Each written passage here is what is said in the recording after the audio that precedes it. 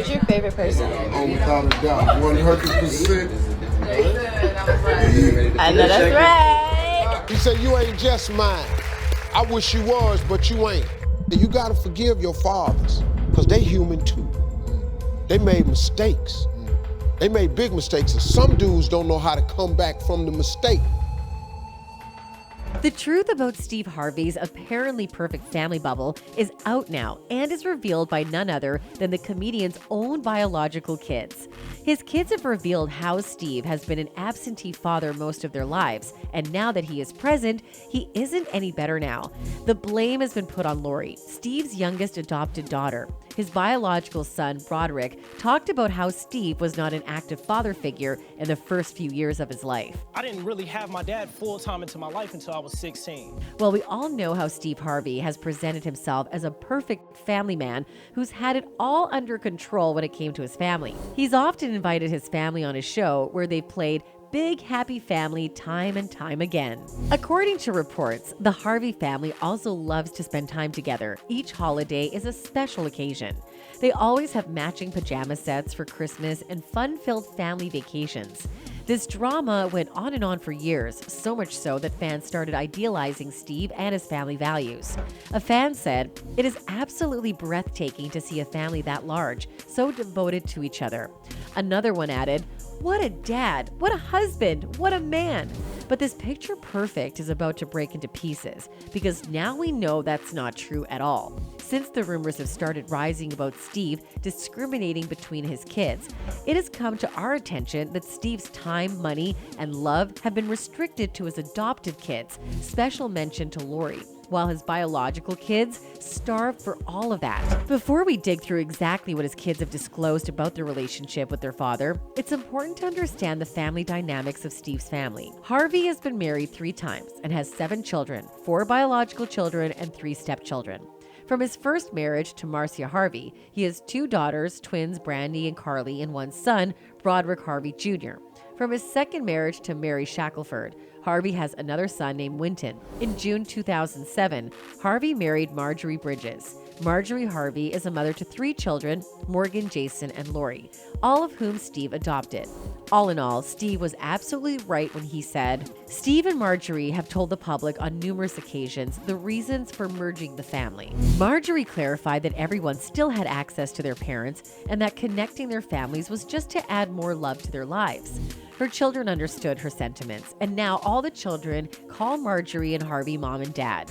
But with a family this big, you ought to have problems. And that is where Lori fits in the picture. Lori Harvey is Steve's youngest adopted daughter from Marjorie. The whole world knows that she is Steve's favorite. Lori recently posted a TikTok with Steve admitting that, Okay, who's your favorite person? Oh, without a doubt, 100%. I know that's right.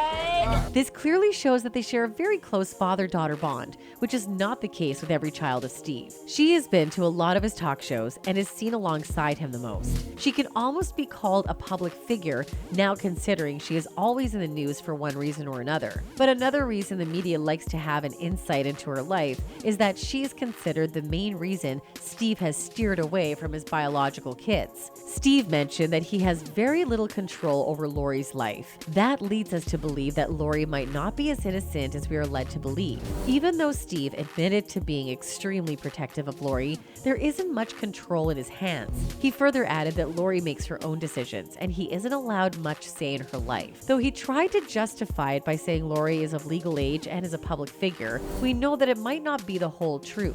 Some time ago, another video surfaced of Lori and Harvey, which was supposed to be all fun and games, but it left us to notice the reality of the relationship. You know, when I come out with my parents, I just bring my wallet for decoration. I never actually plan to use it. All the evidence proves that Lori is quite privileged, yet domineering in the sense that while she makes her father dance on her fingertips, when it comes to her returning the same sentiments, she plays the "I'm an adult" card and gets away with not letting her father advise her regarding her life. I've given her advice quite a few times. But, you know, it's difficult because she's 25. She's growing up as a public figure. In response to this, the public made several judgments. Some people thought Lori's beauty lets her get away with things Steve wouldn't allow the other children. I definitely believe that Lori feels she has the pretty privilege and uses it every chance she gets.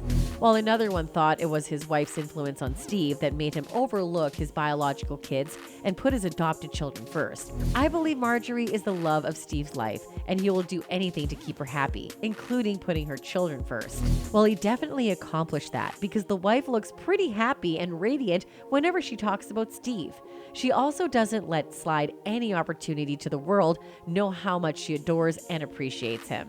I mean, I just appreciate how you love me, how you loved my children as though they were yours. On the other hand, his biological children got the lesser end of the deal. Once Steve talked about the rocky relationship he and his biological son Broderick share. It got so bad because of him being an absentee that he lost the privilege of his own son calling him dad.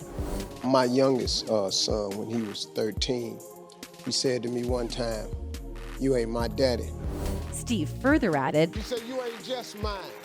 I wish you was, but you ain't." Harvey even mentioned once that when he had to leave his twin daughters to try to make it as a comedian, it was painful for the children to deal with his departure. Well, can't blame the poor kids. It definitely takes a lifetime to accept the painful reality that your father chose to prioritize his career first and then other kids over you. But the real pain is seeing what you are missing out on through the kind of bond your father shares with the adopted children. Jason, his son from Marjorie, told Harvey once, "If only you knew the true amount of love that I have for you. I need for you to know that now." Jason further added that the biggest and most important thing that Harvey did for him and his siblings was to give them his last name. Jason expressed that his biological father did his best, but he was not present. So to have Harvey take on that father figure role meant everything to him. From the difference in opinions of both his sons, it had become quite evident that there is a hell of a difference between the biological and adopted children's views about Steve. That obviously sprung from his discriminating treatment. But Steve hasn't been all quiet about his biological children not fully accepting him as a father figure in their lives. On the contrary, Steve might have tried to justify his actions on countless occasions. Once he said that children need to be more understanding about their father's choices. He sounded like he was complaining about not being given enough appreciation and credit. Now, obviously, it's safe to assume that he is talking about his family from his first marriage, who appeared to be least concerned about Steve and his alleged efforts. You put your all into your kids, you don't know what you mean to them. It doesn't sound exactly like an apology, but Steve is getting close. He has been getting emotional a lot at the merest mention of family and admitting he had made mistakes in the past that he wants to rectify. He is also acknowledging the fact that he has been trying to fix things now. I had spent my entire life trying to make up for the mistakes I had made as a young man. Not just that, Steve also seemingly asked for forgiveness from his biological kids indirectly. He said that the kids need to be a bit more forgiving when it comes to the mistakes parents make, especially fathers. I said, you gotta forgive your fathers, because they human too. They made mistakes. They made big mistakes. Now, was that an attempt to justify his wrongdoings, or is Steve genuinely sorry for all he put his biological kids through? We don't know for sure, but what we do know is that it takes guts to admit your mistakes on such a big platform and utter your weaknesses out loud for the world to see and judge you for. Fans have been showering their love upon Steve for his admission by saying things like, "This is why I love Steve. He's an imperfect man who acknowledges the mistakes made on the climb, and he's working to adjust it. No one is perfect, but we can all be perfect by acknowledging our errors and doing better when knowing we haven't been our best." Can't argue with that, but that can't possibly be enough justification for a lifetime of mistakes. Or can it? That's it for today, folks. Until next time, goodbye.